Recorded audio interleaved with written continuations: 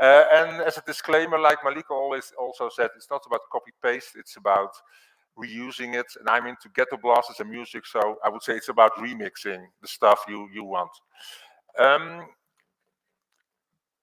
Let's see. Okay, so it's about the Dutch 100% open access strategy, how it evolves during time, and the role of the university library.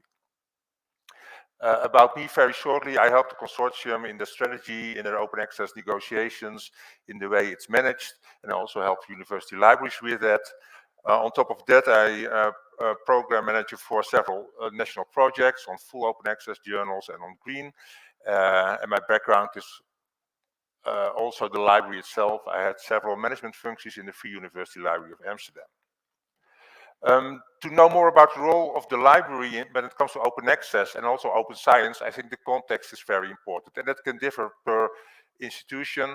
But in general, you could say that Dutch university libraries are very well aligned in the network, the consortium, that the university libraries are the driver at this moment behind open access. The university directors are also the chairs for the bigger negotiations.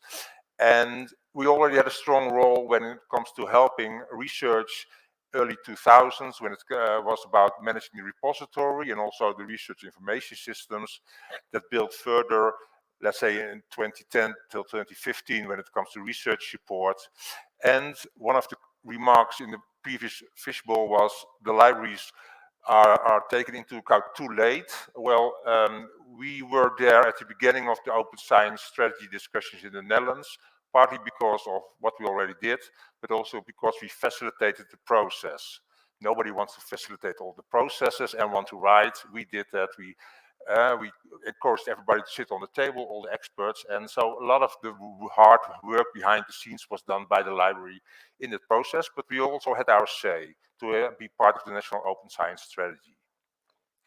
The consortium agreement started in 2015 with the first, when it was not a transformative deal, it was just a read and publish deal, and now we have a very various set of arrangements. Some include full OA, some include caps, some include subscribe to open.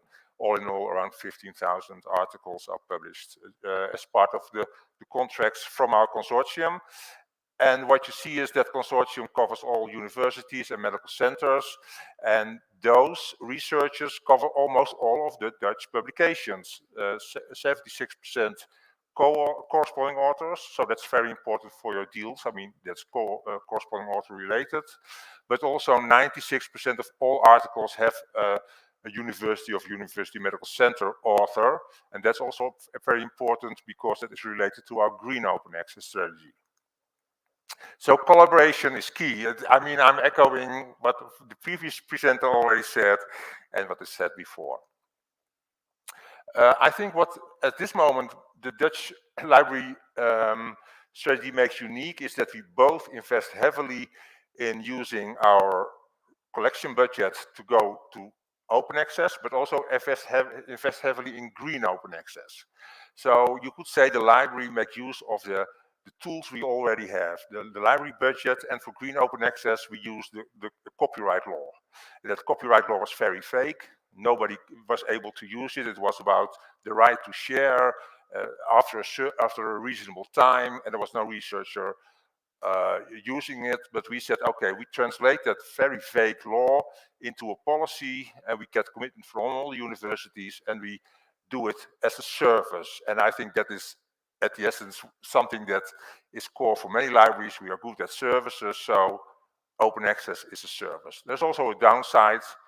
The average researcher has no idea about the energy we have to take in to provide that service.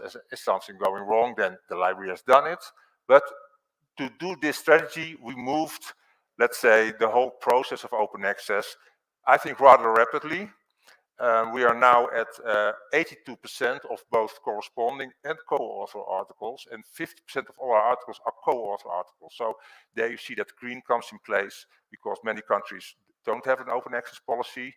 So many of our co-author publications are behind paywalls. And you also see that at 2021, 28% was gold OA, so in full OA journals, and 39% was in hybrid. I think this year we'll be above 85% open access for all research articles. So there are also front runners. That means that in several universities like Groningen and Twente already had 97% of all their output open access last year. The funders reported about 90% of all their publications are open access. So somehow there is a buzz in the Netherlands on management levels, open access is solved. And that's also an interesting question to be, because then you see that help desks and library experts are, let's say, gently pushed towards the fair data and other open science aspects, because there's maybe some capacity available. But is it solved? I think not, and I think at the end also management will recognize it's not solved, because now we are expanding our view on what is open access and what is sustainable open access. So I already told you about the National Plan of Open Science that we are part of, and in end of 2022 that plan was revealed with a rolling agenda. So we're not saying what we do exactly in 2029, but every year we try to make some more concrete what we do, but we have a general overview. And the general overview contains on 4 lines. It's about citizen science and public engagement. It's about the way the science process itself functions, equity, openness, transparency. It's about open scholarly communication. That's broader than open access. It's about all forms of scholarly communication. And it's about fair data.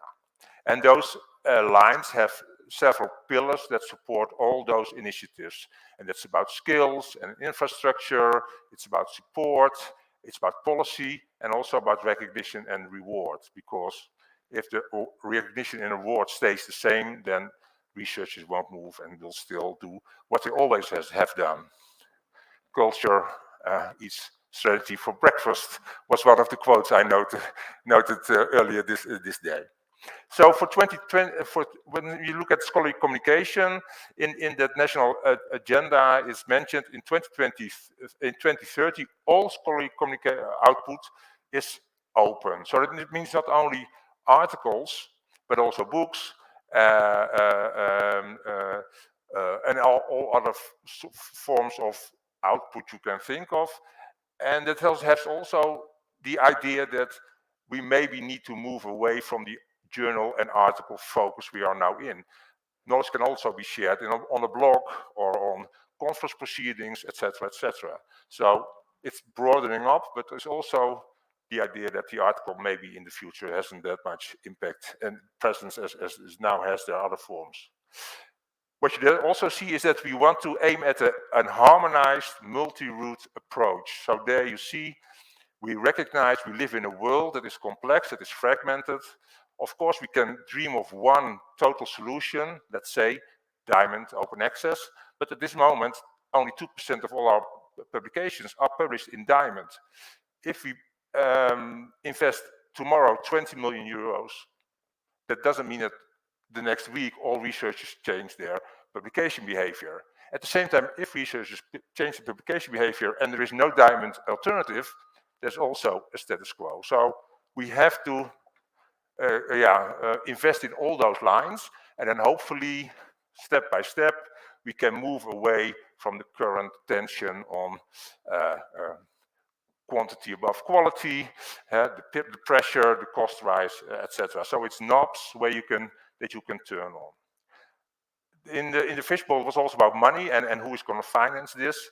At the end, most of it will be financed by the research institutes, but the Ministry of Education and Research agreed on investing a yearly budget of 20 million euros.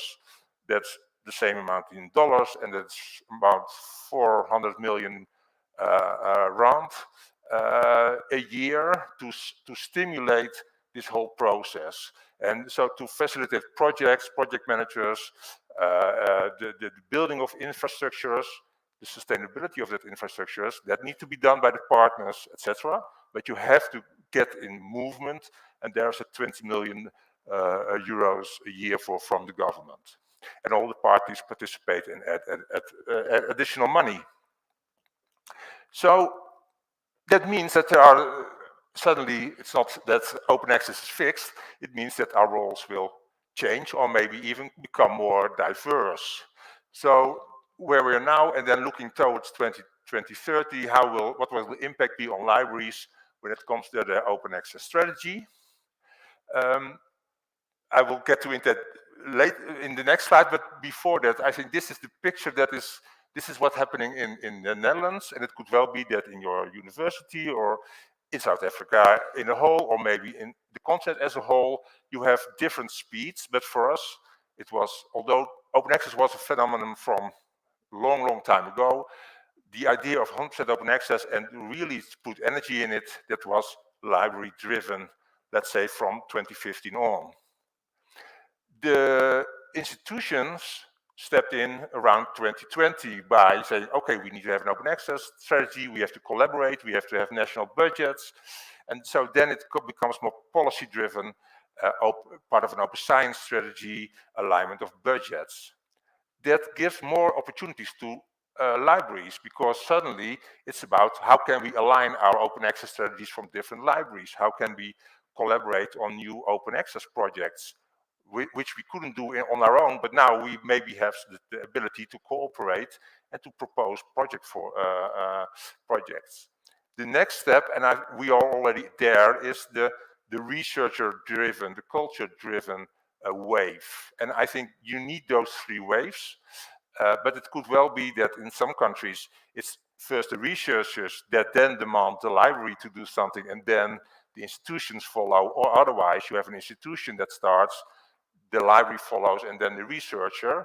But all those different waves have impact on what the library should and can do. So, going back to the Netherlands, I think we are now have a lot of experience since 2015 in optimizing library budget for hybrid open access.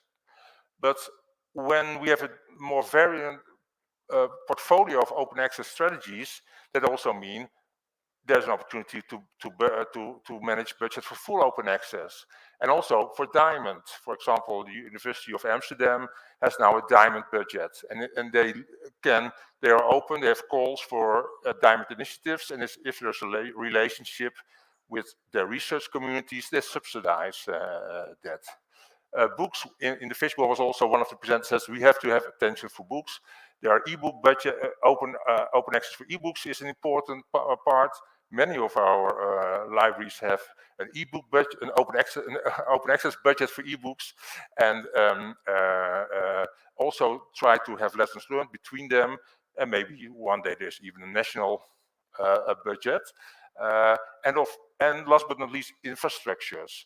Many libraries incidentally have some budget left in the end of the year and say, okay, let's give some money to an infrastructure that you favor. But if you want to have sustainable open science and open access world, then I think you need to look beyond that incidental choices and look at how can we as a library take a role in that management and financing of the infrastructures. Okay, so many of us in the Netherlands, and many maybe from you also, are now have a repository and help researchers with the publication in the repository. But the repository open access at this moment is often embargoed, and you see, of course, a trend and also a need in rights retention, and that leads to a whole new game field, also much more legal aspect questions coming to the library. For us, it's also funder driven. We have several Plan S funders that demand, if you go for green, then you need to retain your right. But many researchers are not sure in what that means for their position, and our libraries are taking this up, but also realize, okay, researchers feel vulnerable. Maybe on a management level, we have to more collaborate. And now all universities say, okay, if one researcher is sued by a publisher, all universities step in and say, we're going to back up this researcher or this department. And especially for the smaller universities who are more afraid of the big publisher, they feel now more safe and say, okay, we are into this, we do this together. And we do the same with that green open access strategy. Also collaboration, also from based on risk management. And the last point, university presses was also already mentioned. You see several libraries support or have university presses, or they're part of it. We also have a national platform, openjournals.nl. The Scottish example was mentioned. In Finland, they are very far with collaborating. In the Netherlands, at this moment, journals need to pay 2,500 euros a year. So that's one, 2 APCs or one commercial APC or 2 non-commercial APCs. And we also discussing this, maybe we shouldn't ask for money anyway, maybe we should subsidize it. But still, if we have a national platform, why would you have local presses? And it doesn't mean that you should not have a local brand, because many researchers find it important to have that local university brand, but maybe the infrastructure can be on a national level, and you have your outlet, let's say, and your window is a local window. So the technical maintenance and all the software licenses, etc., are done on national level, and you can make use of that on a local level. So this is also, I think, a very interesting way of initiatives that are already there, your local presses. Next step, how can we combine that and also take into account the differences that there are between universities? Because we have our repositories, because we have our national deals, we have our open access monitor, and also that is demanded by the ministry and by the boards of universities, and once a year we present our open access monitor.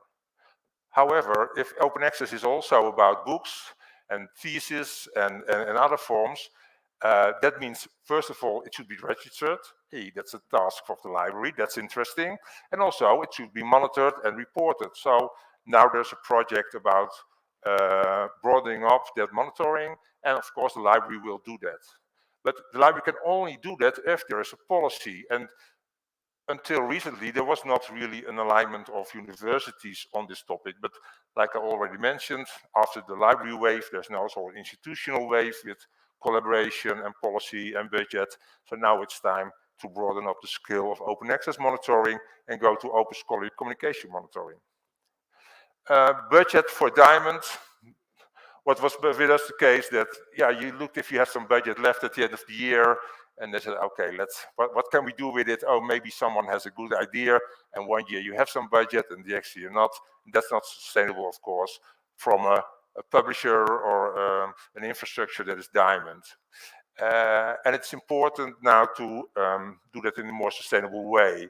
And the interesting thing is, if you look at the sustainable way and maybe sustainable finance that, subsidize that, the next question is, should we have a role in a board, or should we have a role in quality assessment, or can the library be part of a broader diamond ecosystem, not only financing it ad hoc, but maybe be a partner, maybe also promote it to researchers, or have other expertise when it comes to metadata and etc. And so there's also a whole new playing field in diamonds we can build upon. And when you look at, I already mentioned that, I think when you look at the open access journal articles, of course, we still have the focus, but I think we're broadening now the scope. So preprints, books, proceedings, and that, by the way, that's very important, but of course, like with preprints, but also books, that's a whole new ball game. I mean, in the Netherlands, when I look at the open access experts, there may be 3 or from the 14 universities, there may be 3 or 4 real experts on this topic from books, open access and books. You have to build capacity for that, to step into it and say, okay, we're going to do this nationally. And but not only broadening the scope, but also more have in-depth knowledge and more additional services. So checking compliance, funder compliance. It's not about open access anymore, it's about compliant open access. A researcher thinks he publishes open access and the funder is happy, but suddenly realizes I have chosen the wrong CC BY license. It should be CC BY, and now I've chosen CC BY and CND, and I'm not compliant, and I'm coming with the blacklist, or I don't get my last fund, and what now? The library can help that with it can help. And for example, of ownership is also important. Ownership of the copyright, but we're also discussing more and more ownership of the license, because with CC BY and CC BY and CND license, many publishers ask the researchers to hand over the management of the license. And that is just as problematic as handing over the ownership of the article, the copyright. So, all in all, I think open access won't be solved, it will be more challenging for us. And yeah, thank you very much. I hope, I see that the time is already on 000.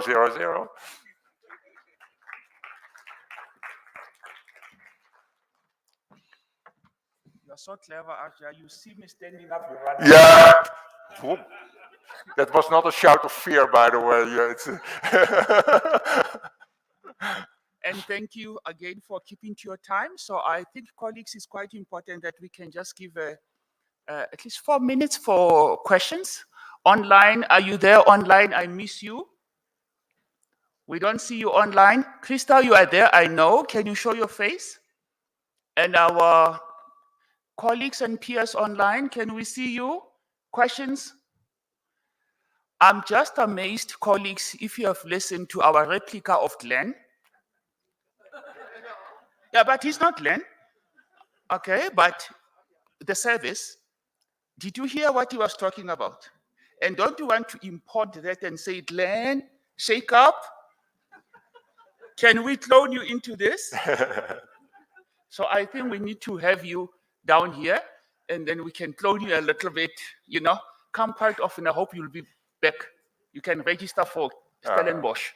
Yeah. Let's see this as a starting point of a close collaboration. Okay. Yeah. I'm in trouble with our U grant. Glenn is our U grant, those who don't know. And I'm impressed also with the 400 million, did you hear? For the national platform.